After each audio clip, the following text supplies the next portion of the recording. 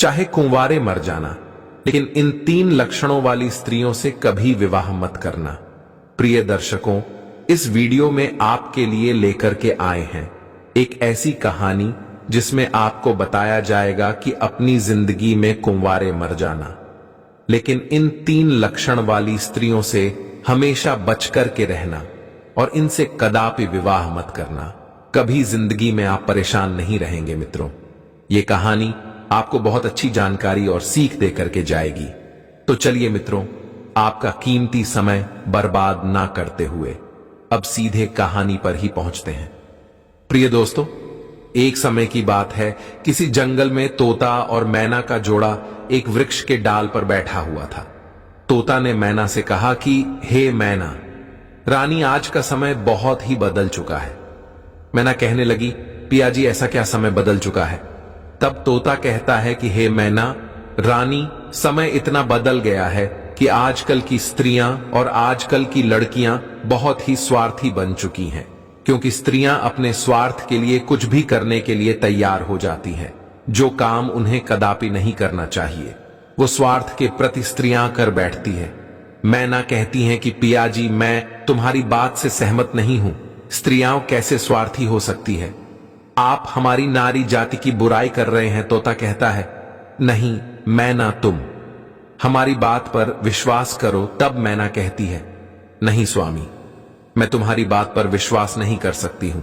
तब तोता कहता है, ठीक है मैना, जब तुम्हें विश्वास नहीं है तो आइए हम आपके लिए एक कहानी सुनाते हैं, और इस कहानी को सुनने के साथ साथ तुमको यह विश्वास हो जाएगा कि तुम्हारी नारी जाति कितनी स्वार्थी बन चुकी है और अपने स्वार्थ के लिए कितने गलत गलत काम करने के लिए तैयार हो जाती है। दोस्तों, तभी मैना कहती है, ठीक है स्वामी, पहले आप वह कहानी सुनाइए और सिद्ध करके बताइए कि हमारी नारी जाति स्वार्थी है या नहीं है। दोस्तों, तब वो तोता अपने मैना रानी को वह कहानी सुनाता है।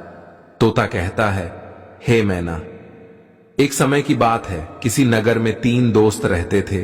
एक राजा का लड़का था जो राजकुमार था, एक बनिया का लड़का था और एक साहूकार का लड़का था।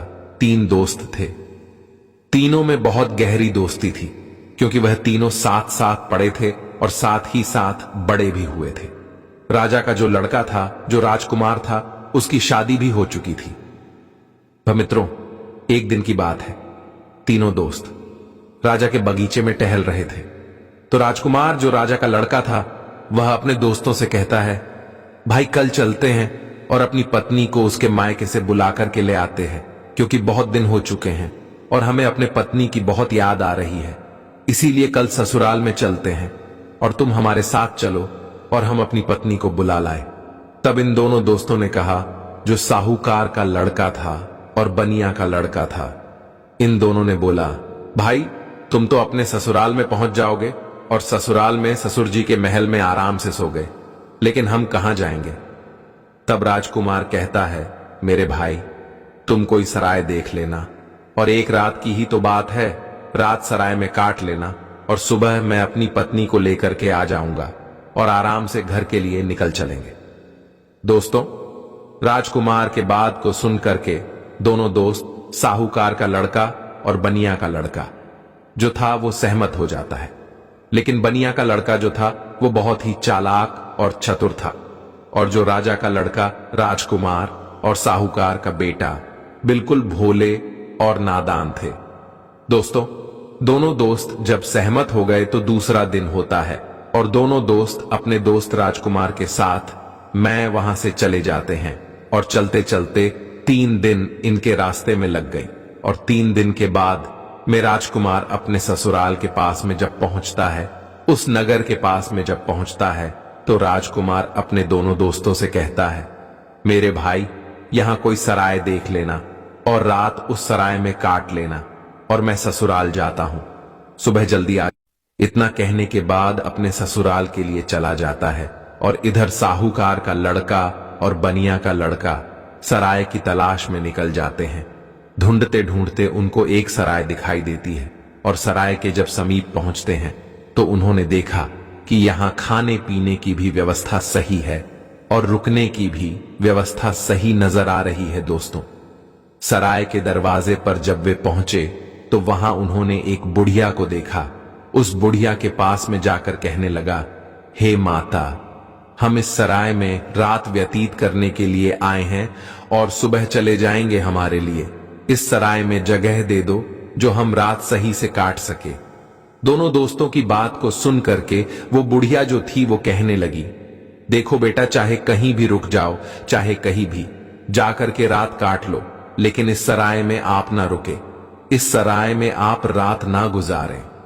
तब दोनों दोस्त ने पूछा, ऐसा क्यों माता?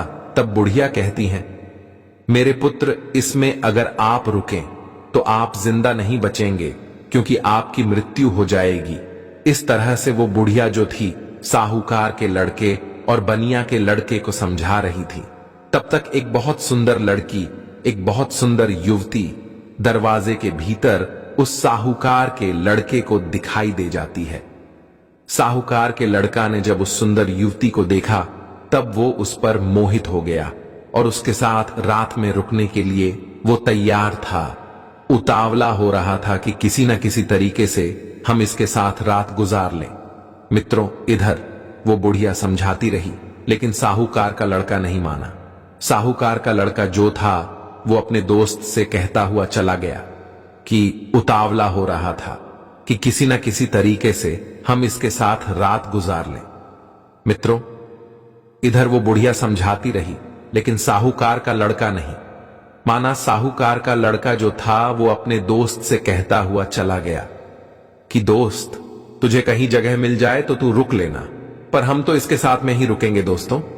इतना कहने के बाद में वो साहूकार का लड़का जो था उस सुंदर युवती के साथ में रुकने के लिए वो अंदर चला गया। और जो सराय में एक हॉल टाइप का रूम यानी हॉल जैसा एक कमरा था वो बहुत गहरा और लंबा था। उसमें वो सुंदर युवती के साथ मैं साहूकार का बेटा चला जाता है। दोस्तों, इधर रात हो चुकी थी और सोने का भी वक्त कुछ समय में होने वाला था। दोस्तों, वो तोता मैना से कहता है, इधर साहूकार का लड़का उस सुंदर युवती के साथ में सराय के अंदर चला गया, लेकिन बनिया का लड़क बाहर रह गया, जो बहुत ही चालाक था, वह चतुर था और समझदार था। बनिया का लड़का ने उसे रोका भी, लेकिन वो नहीं माना। अब दोस्तों का लड़का जो था वो बुढ़िया के पास फिर से पहुंचता है और कहता है, हे बूढ़ी माता, मैं आपकी बात को समझा नहीं। आपने कहा कि इस सराय में जो रुकेगा उसकी मृत्यु हो जाएगी और वह सुबह जिंदा लौट करके नहीं आएगा। इसका क्या कारण है, बताने की कृपा करें मित्रों। तब वो बुढ़िया कहती है, बेटा, तुम उसे रोक रहे थे, लेकिन तुम्हारा दोस्त नहीं माना। मुझे डर है कि वो सुबह आपको जिंदा नहीं मिलेगा। बनिया का लड़का कहने लगा, वही तो मैं आपसे जानना चाहता हूं। माता, बात क्या है, खुल करके बताओ। तब बुढ़िया ने कहा, बेटा, ये जो सुंदर युवती आपके दोस्त ने देखी, जिसके साथ में वह अंदर चला गया, ये सुंदर युवती जो है ये एक वैश्य है और नागिन है। ये रात में अपना रूप बदल लेती है और जिसके साथ ये रात में रुकती है उसी को डस लेती है और उसको मार देती है। इसलिए हमको डर है, क्योंकि जो भी गया वो जिंदा लौट करके नहीं आया। तोता मैना से कहता है। बनिया का लड़का ये सुनकर के घबरा गया और कहने लगा, हे बूढ़ी माता, हमें कोई रास्ता बताओ जिससे हम अपने दोस्त की जान बचा सके। तो बुढ़िया कहती हैं कि बेटा, मैं तुम्हें एक तलवार देती हूं और अगर तुम उस नागिन का वध कर सको तभी तुम्हारा दोस्त बच पाएगा। बनिया का लड़का समझदार और चतुर था। वो तैयार हो गया और कहने लगा, माता, लाइए तलवार, मैं अपने दोस्त का जान जरूर बचाऊंगा, चाहे हमारी जान ही क्यों न चली जाए। मित्रों, बुढ़िया बनिया के लड़के को तलवार देती है और वो चुपके से सराय के अंदर घुस जाता है और जहां उसका दोस्त साहूकार का बेटा उस वैश्य के साथ में लेटा हुआ था, वहीं पास में एक कोने में जाकर के बैठ जाता है और इंतजार करने लगता है कि कब ये नागिन का रूप धारण करें और हम इसको मारे। दोस्तों, आधी रात का समय होने वाला था और तभी वह सुंदर युवती जो नागिन थी वह अपना रूप बदलती है और जैसे ही साहूकार के लड़के को काटने वाली होती है तो उसका दोस्त बनिया तलवार ली तो बैठा ही था। एकदम से उसने तलवार चलाई और उस नागिन का वध कर दिया और वो सुंदर युवती मर गई। दोस्तों, इस तरीके से उसने अपने दोस्त की जान बचाई और उस मरी हुई नागिन को पलंग के नीचे रख दिया एवं छिपा दिया। सुंदर युवती मर गई।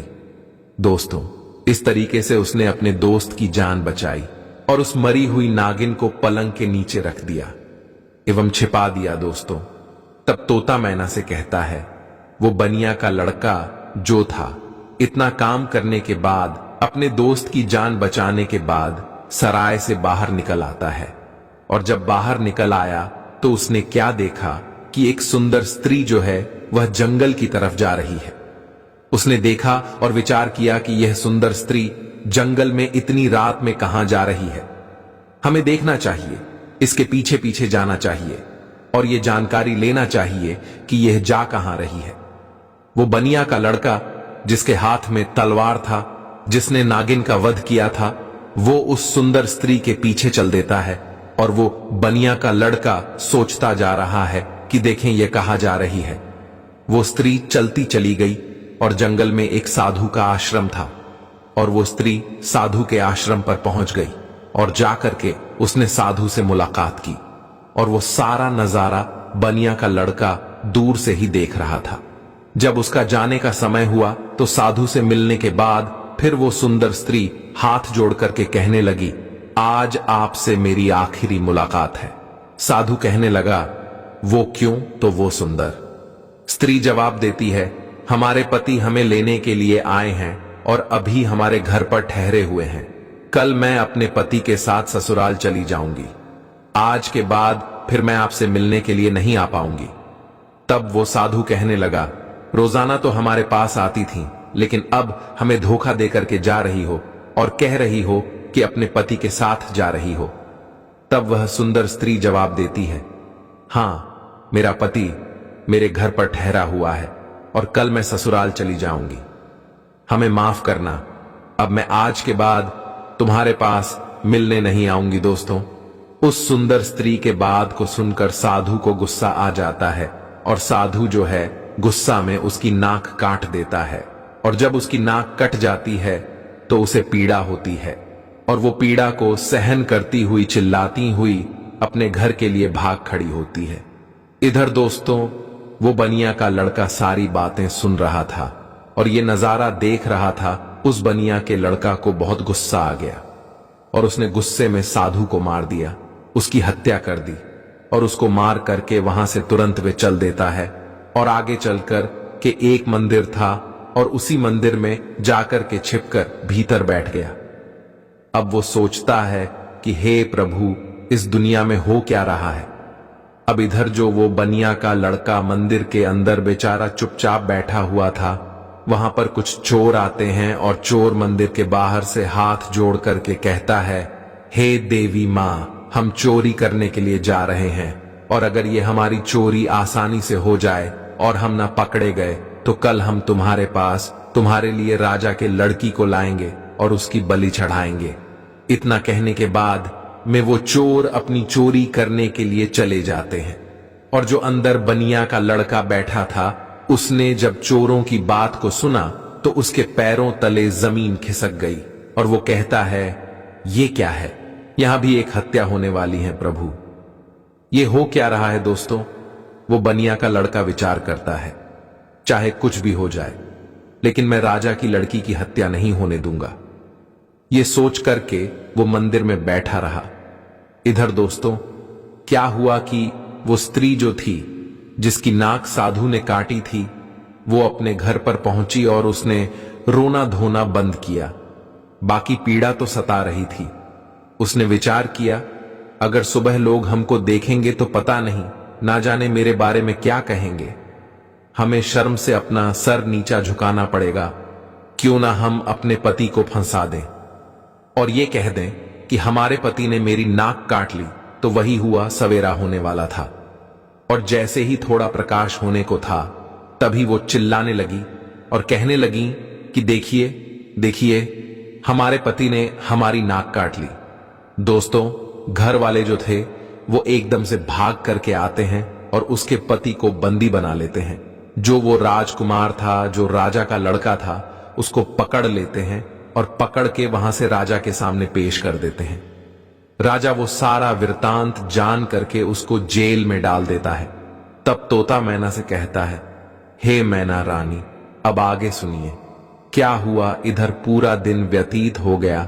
उसका दोस्त जो बनिया था, उसने पूरा दिन इधर उधर बैठ करके काट लिया, और जब रात हो गई तब उसी मंदिर में जा करके वे छिप करके बैठ गया, क्योंकि उसे मालूम था कि ये चोर राजा के लड़की को पकड़ करके जरूर लाएंगे, उसकी हत्या जरूर करेंगे, लेकिन मैं उसकी हत्या नहीं होने दूंगा।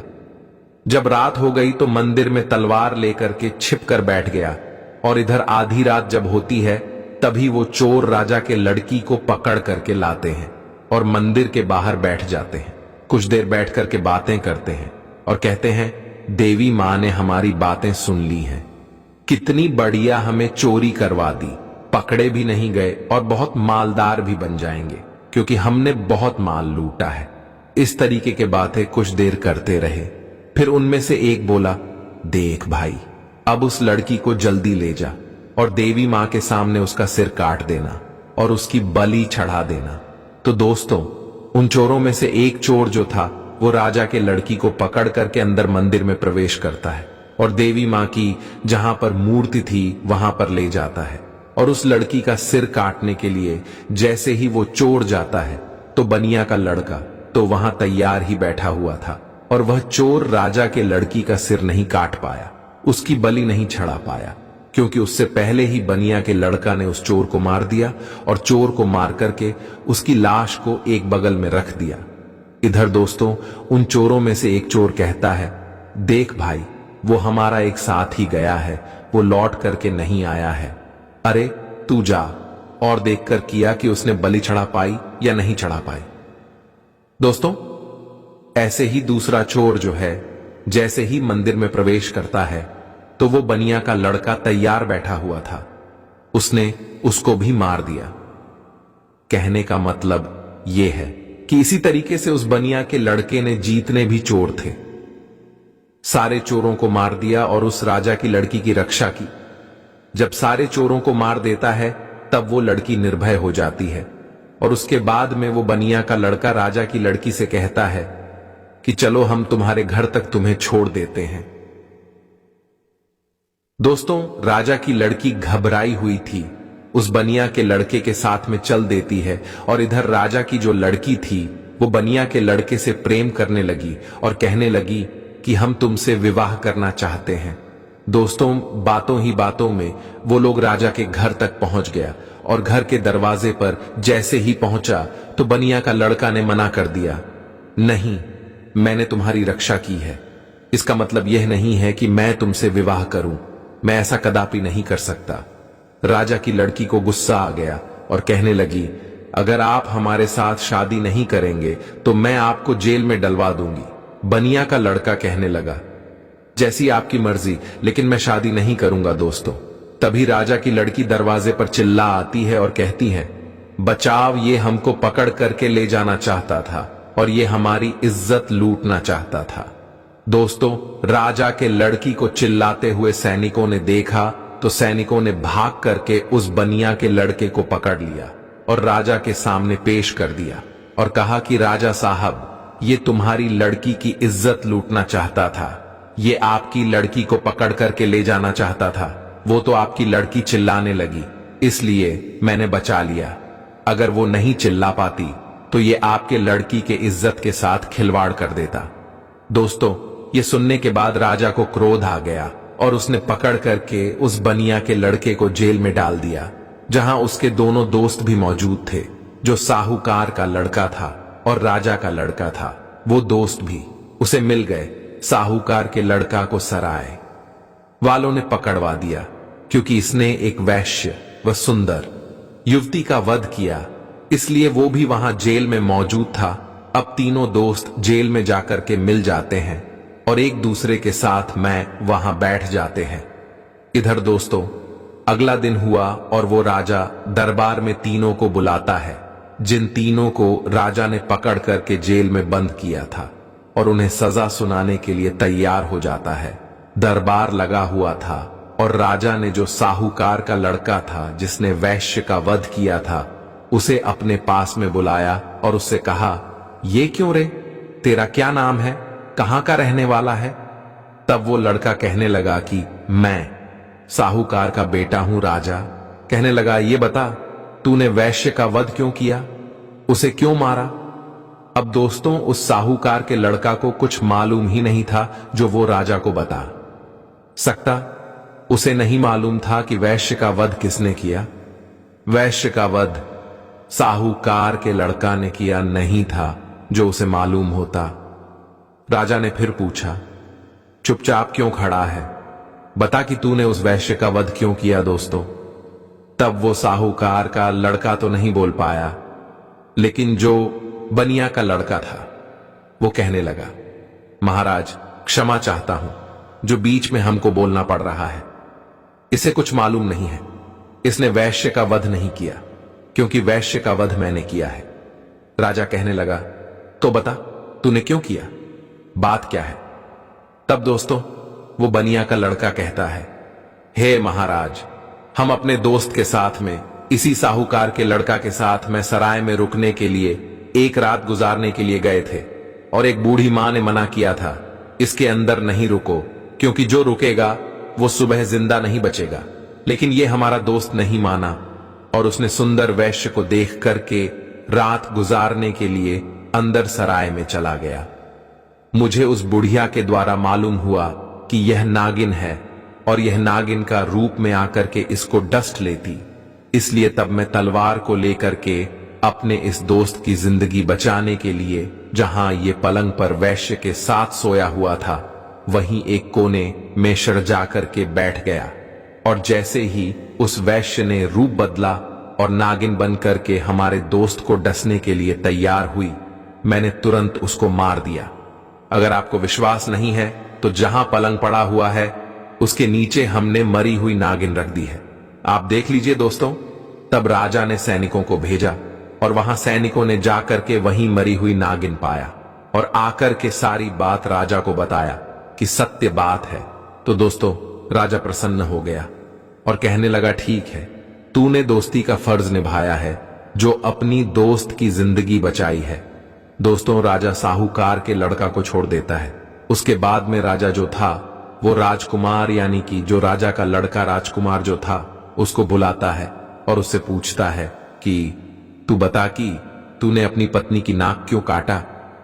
अब दोस्तों उसको भी नहीं मालूम था न किसने काटी है, वो भी चुपचाप खड़ा था। राजा ने फिर दोबारा पूछा कि बोल क्यों नहीं रहा है कि तूने अपनी पत्नी की नाक क्यों काटा। तब दोस्तों वो बनिया का लड़का फिर से हाथ जोड़ करके कहने लगा, जी महाराज क्षमा करें, इसको भी नहीं मालूम, इसने अपनी पत्नी की नाक नहीं काटी है। नाक किसने काटी है वो सारा वृतांत मैं आपको सुनाता हूं। तब उस बनिया के लड़के ने राजा को बताया कि ये लड़की साधु से प्रेम करती है, रात में साधु से मिलने के लिए गई, मैं इसके पीछे पीछे गया, इसने कहा कि मैं कल से तुमसे मिलने नहीं आ सकती, मेरा पति मुझे लेने के लिए आया है। यह सुनकर के उस साधु ने इसकी नाक काट ली और इसने आकर के अपने पति को फंसा दिया। इसने गलत किया। राजा कहने लगा, मैं तेरी बात पर विश्वास कैसे करूं। तब उस बनिया के लड़के ने कहा, महाराज सैनिकों को भेजिए जहां उस साधु का आश्रम है, देख लीजिए कि मैंने साधु का वध कर दिया है। दोस्तों सैनिक जाते हैं, आश्रम पर उस मरे हुए साधु को देखते हैं तो आकर के राजा को बताते हैं कि महाराज बात सत्य है। दोस्तों तब वो राजा उस राजकुमार को भी छोड़ देता है, वो भी बच जाता है। दोस्तों फिर तोता कहता है कि हे मैना, बाई बारी उसी बनिया के लड़का की जिसने राजा के सामने अपने दोस्तों की जिंदगी बचाई। राजा उस बनिया के लड़का से बोलता है कि तूने तो अपने दोस्त को बचा लिया, लेकिन अब तू बता कि तू हमारी लड़की को पकड़ करके क्यों ले जाना चाहता था, इसके साथ में दुर्व्यवहार करना क्यों चाहता था, इसकी इज्जत से खिलवाड़ करना क्यों चाहता था। अब तू नहीं बचेगा दोस्तों। तब वो बनिया का लड़का कहता है कि महाराज क्षमा करें, ये आपकी लड़की जो है ना, इसने हमें गलत फंसाया है। आपकी लड़की की बलि चढ़ाने के लिए कुछ चोर इसको पकड़ के ले गए थे। मैं उसी मंदिर में था, मेरे हाथ में तलवार थी क्योंकि मैं साधु को मार करके आया। और आपकी लड़की को मारने के लिए जैसे ही एक चोर अंदर मंदिर में आता है, मैंने उसको मार दिया, दूसरा आता है उसको भी मार दिया। इसी तरीके से जितने भी चोर थे मैंने सबको मार दिया और सभी मंदिर में ही पड़े हुए हैं। अगर विश्वास नहीं है तो सैनिकों को भेज करके देख लीजिए दोस्तों, वही हुआ। सैनिक जाते हैं मंदिर के पास में, मंदिर में जाकर के देखते हैं तो उन चोरों की लाशें पड़ी हुई थीं। तो सैनिकों ने आकर के सारी बात राजा से कही कि महाराज बात सत्य है, आपकी लड़की की रक्षा इसने की है, इसने इज्जत से खिलवाड़ नहीं किया और ना ही इज्जत लूटने की कोशिश की है। वो बनिया का लड़का कहता है, हां राजा साहब, मैं आपकी लड़की को पकड़ करके क्यों ले जाऊंगा। और सुनिए महाराज, चोरों से बचा करके जब आपके लड़की को घर छोड़ने के लिए आ रहा था, तब आपकी लड़की हम पर असत्य हो गई, प्रेम करने लगी और विवाह करने की जिद करने लगी। मैंने कहा मैं ऐसा कदापि नहीं कर सकता, मैंने इस लड़की की रक्षा की है और उसके बदले में मैं उससे विवाह करूं, उसकी इज्जत से खिलवाड़ करूं, ऐसा मैं नहीं कर सकता। मैंने उसे मना किया तो उसने कहा, अगर तुम हमसे विवाह नहीं करोगे तो हम अपने पिता से कहकर तुम्हें जेल में डलवा देंगे। और उसने वही किया। बनिया के लड़के के बात को सुनकर के राजा जो था, उसका चेहरा शर्म से नीचे झुक जाता है और तब उसने बनिया के लड़के को आजाद कर दिया और माफी मांगी कि जाओ बेटा, तुम आजाद हो, तुम्हारी गलती नहीं है। इस तरीके से वो बनिया का लड़का जो था अपने दोनों दोस्तों को बचा लेता है और खुद भी बच जाता है और तीनों दोस्त हंसते हंसते अपने नगर में चले आते हैं और आराम से फिर वही रहने लगते हैं।